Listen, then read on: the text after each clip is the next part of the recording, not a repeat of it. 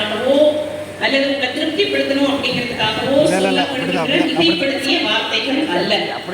உங்களுடைய பணி என்ன அப்படிங்கிறது உங்களுக்கு எவ்வளவு தெரிந்திருக்கிறதோ அதே அளவு உங்களுடைய பணியினுடைய முக்கியத்துவம் எங்களுக்கும் தெரிஞ்சிருக்கு.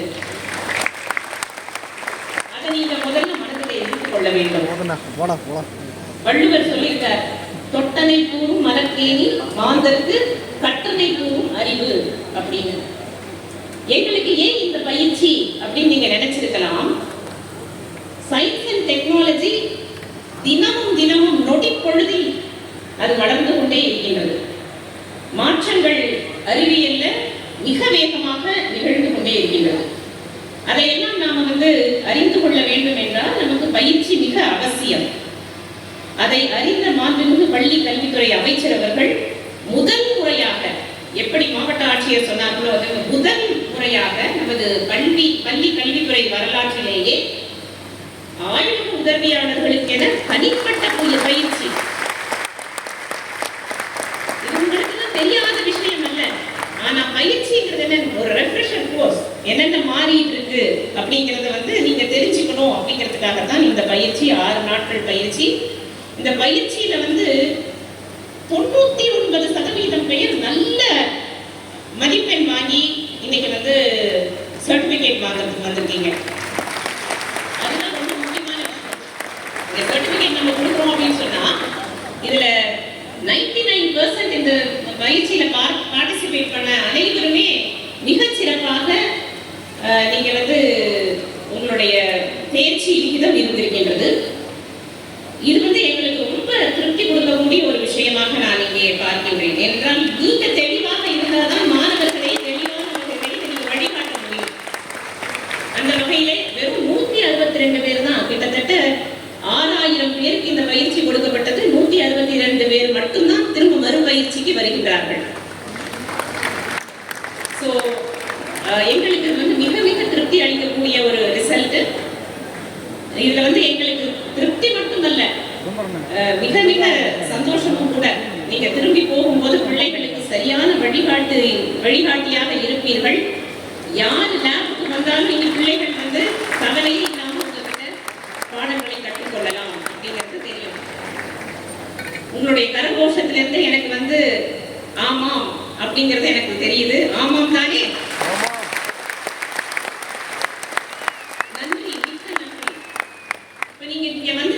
இந்த விழாவிற்கு வந்திருக்கின்றீர்கள் என்றால் ஒவ்வொருவருக்கும் ஒரு எண்ணம் இருக்கும், எதிர்பார்ப்பு இருக்கும், நிறைய கோரிக்கைகள் கூட இருக்கும்.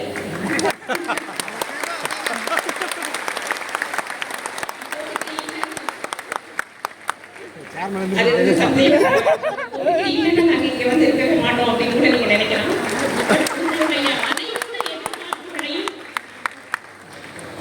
அனைத்து எதிர்பார்ப்புகளையும் பூர்த்தி செய்ய வேண்டும் என்பதுதான் மாண்புமிகு பள்ளி கல்வித்துறை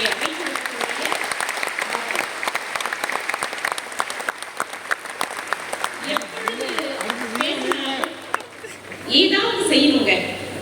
அது என்ன செய்யணுங்கிறத நீங்க ஆழ்ந்து பாருங்க. அறிவுரை சொல்றார்கள். அந்த வகையில முதலாக கவுன்சிலிங், டீச்சர்ஸுக்கு கவுன்சிலிங் வைக்கிற மாதிரி லேப் அசிஸ்டன்ஸுக்கும் கவுன்சிலிங் நடந்தது. எல்லாருக்குமே தெரியும்.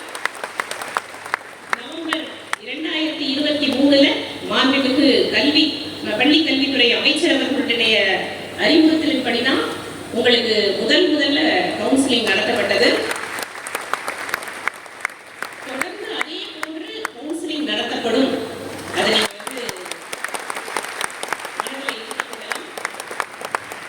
இந்த வருடத்தினுடைய கவுன்சிலிங் அகாடமிக் இயர் நடுவுல வச்சா உங்களுக்கு சிரமம் இல்லையா? அதனால கொஞ்சம் தள்ளி மார்ச், ஏப்ரல் இந்த அகாடமிக் இயர் முடிவுல வச்சா உங்களுக்கு ஈஸியா இருக்கும் அப்படின்னு மாண்புமிகு அமைச்சர் அவர்கள் அறிவுறுத்தி இருக்கின்றார்கள். அதன்படி உங்களுக்கு இந்த அகாடமிக் இயருடைய முடிவுல இந்த கவுன்சிலிங் வைக்கலாம் அப்படின்னு இருக்கிறோம். அதே மாதிரி டீச்சர்ஸுக்கு 3 வருடங்கள் ஒரே இடத்துல இருந்தா அவங்களுக்கு டிரான்ஸ்ஃபர் கட்டாயமா கொடுக்கணும் அப்படின்னு நம்ம ஒரு ரூல் இருக்கு. அது ஆய்வக உதவியாளர்களுக்கு தேவைதானா அப்படின்றத நீங்க சிந்திங்க. செய்யுங்க அப்படின்ட்டு பள்ளி கல்வித்துறை அமைச்சர் அவர்கள் அறிவுறுத்தி இருக்கிறாங்க. அதன்படி ஆய்வக உதவியாளர்களுக்கு 3 வருடங்களுக்கு மேற்பட்டு ஒரே இடத்தில் இருந்தாலும் கூட அவர்களுக்கு டிரான்ஸ்பர் என்பது கிடையாது.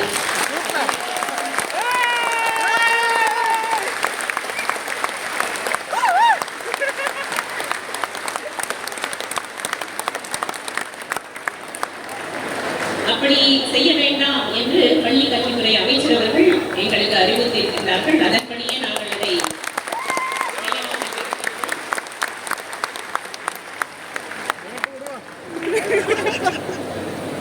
நீங்கள் நன்றாக இருக்க வேண்டும்.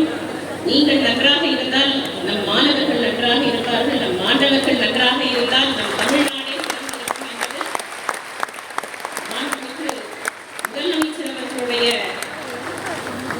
எங்களுக்கான அறிவுரை. அதே போன்றுதான் மாண்புமிகு பள்ளி கல்வித்துறை அமைச்சர் அவர்களும் ஆசிரியர்கள் மட்டுமல்ல, ஆய்வக உதவியாளர்கள் மட்டுமல்ல, அனைத்து பள்ளி கல்வித்துறையிலே இருக்கின்ற அலுவலர்கள் ஒவ்வொருவருமே திருப்திகரமாக சந்தோஷமாக தங்களுடைய பணியிலே தங்களை முழுமையாக ஈடுபடுத்திக் கொண்டு அவர்கள் பணி செய்ய வேண்டும். அதற்கான சரியான ஒரு சூழ்நிலையை நாம் ஏற்படுத்தி கொடுக்க வேண்டும் என்று எங்களுக்கு அறிவுறுத்தியிருக்கின்றார்கள். அதன்படி நாங்கள் உங்களுக்கான அனைத்து தேவைகளையும் பூர்த்தி செய்ய பார்த்துக் கொண்டிருக்கின்றோம்.